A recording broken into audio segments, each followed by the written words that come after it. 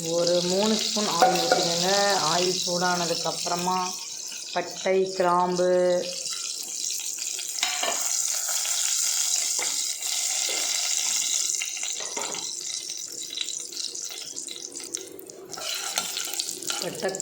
பொரித்தவுடன் 10 சின்ன வெங்காயத்தை பொடியாக கட் பண்ணி வச்சுருக்கோம்.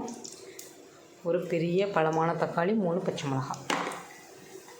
வெங்காயத்தை போட்டுக்கலாம், தக்காளியும் போட்டுக்கலாம்,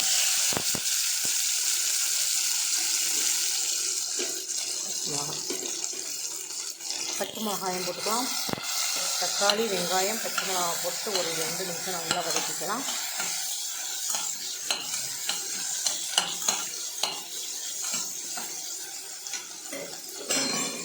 ஒரு 2 நிமிஷம் வதங்கட்டும். அப்புறம் இஞ்சி பூண்டு பேஸ்ட்டு போட்டுக்கலாம். இது இஞ்சி பூண்டு பேஸ்ட்டு. இஞ்சியும் பூண்டையும் நல்லா நைஸாக அரைச்சி வச்சுருக்கோம். அதில் 2 ஸ்பூன் போட்டுக்கலாம்.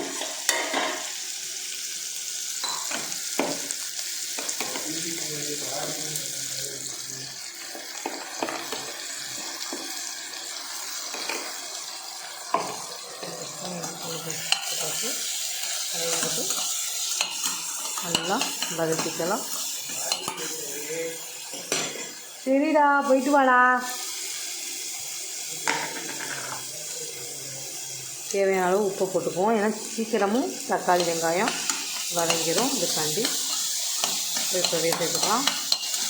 சேர்த்துட்டு ஒரு 2 நிமிஷம் மூடி வைங்க. ஒரு கைப்பிடி கொத்தமல்லி,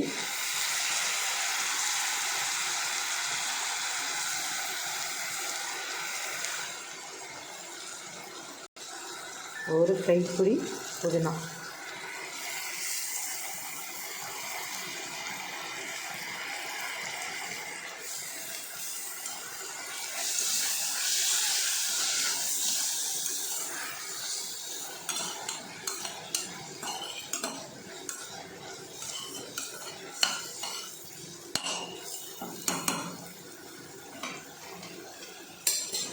ஒரு 2 நிமிஷம் நல்லா வதங்கட்டும்.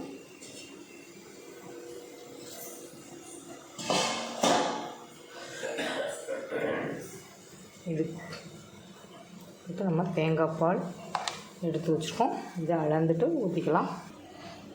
இதில் அளந்து ஊற்றிக்கலாம். வழக்கு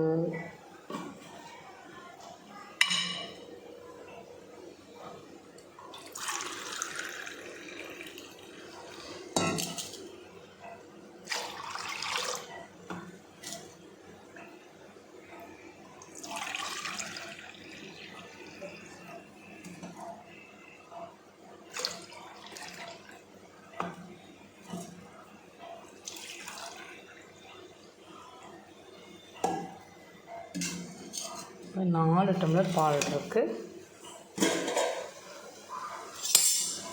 நல்லா வதங்கி இருக்கும். பாருங்க, நல்லா வதங்கிடுச்சு. இப்போ ஒரு 1/2 ஸ்பூன் அளவு மிளகாய்த்தூள் போட்டிருக்கேன். இந்த அளவு மிளகாய்த்தூள் போட்டிருக்கேன். ரொம்ப போட வேணாம், 1/2 ஸ்பூன் போட்டால் போதும். போடையில் வீடியோவை ஆஃப் பண்ணிட்டேன், அதனால் போட்டது தெரியல. இப்போ 4 உலக்கு பால் எடுத்து வச்சுருக்கோம். அதை ஊற்றிக்கலாம்.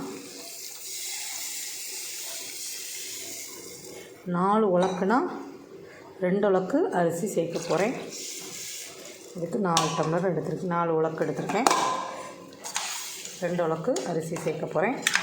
1/2 ஸ்பூன் அளவு மிளகாய்த்தூள் சேர்த்துருக்கேன். உங்களுக்கு மிளகாய்த்தூள் வேணான்னா நீங்கள் சேர்க்க வேணாம்.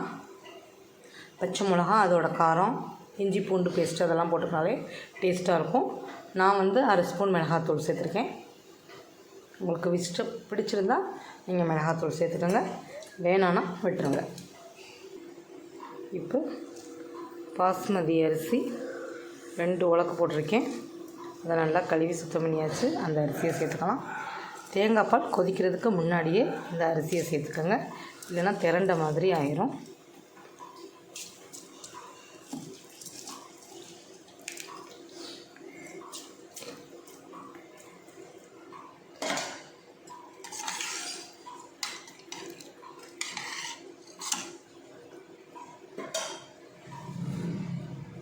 இந்த மாதிரி முறை கொட்டி நல்லா லைட்டாக கொதிக்கும்.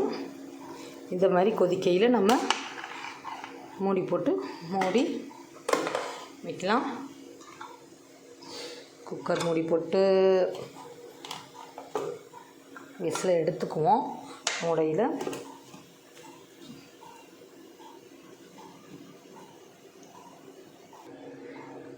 குக்கர் மூடி போட்டாச்சு. 10 நிமிஷம் சிம்மில் வச்சுருவோம் அடுப்பை. 10 நிமிஷம் சூப்பராக நமக்கு வெந்து ரெடி ஆயிரும். தேங்காய் பால் சாதம்னும் சொல்லலாம், நெய் சாதம்னும் சொல்லலாம், குஷ்கானும் சொல்லலாம். எது வேணால் நம்ம பேர் வச்சுக்கலாம். நம்ம வைக்கிறது தானே பேர்.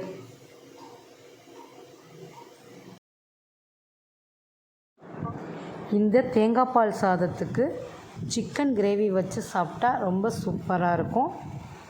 இன்றைக்கி எங்கள் வீட்டுக்காரர் சிக்கன் வாங்கிட்டு வர சொல்லியிருக்கேன். அப்படி வாங்கிட்டு வர முடியலைன்னா மீல் மேக்கர் கிரேவி வச்சு தாங்க சாப்பிட போகிறோம். இதுக்கு வந்து நம்ம குருமா மாதிரியும் வச்சு சாப்பிட்லாம், சிக்கன் கிரேவியும் வச்சு சாப்பிட்லாம். எல்லாமே இதுக்கு பொருத்தமாக இருக்கும் இந்த தேங்காய் பால் சாதத்துக்கு. இதை நம்ம நெய் சாதம்னு சொல்லலாம், தேங்காய் பால் சாதம்னு சொல்லலாம், குஸ்கான்னு சொல்லலாங்க. ரொம்ப சூப்பரான இந்த சாதம் நீங்கள் செஞ்சு பார்த்து எப்படி இருக்குன்னு எனக்கு கட்டாயம் கமெண்ட் பண்ணுங்கள். சப்ஸ்கிரைப் பண்ண எல்லாருக்கும் ரொம்ப ரொம்ப நன்றி. சப்ஸ்கிரைப் பண்ணாதவங்க கட்டாயம் சப்ஸ்கிரைப் பண்ணிவிட்டு பாருங்கள். Thank you friends.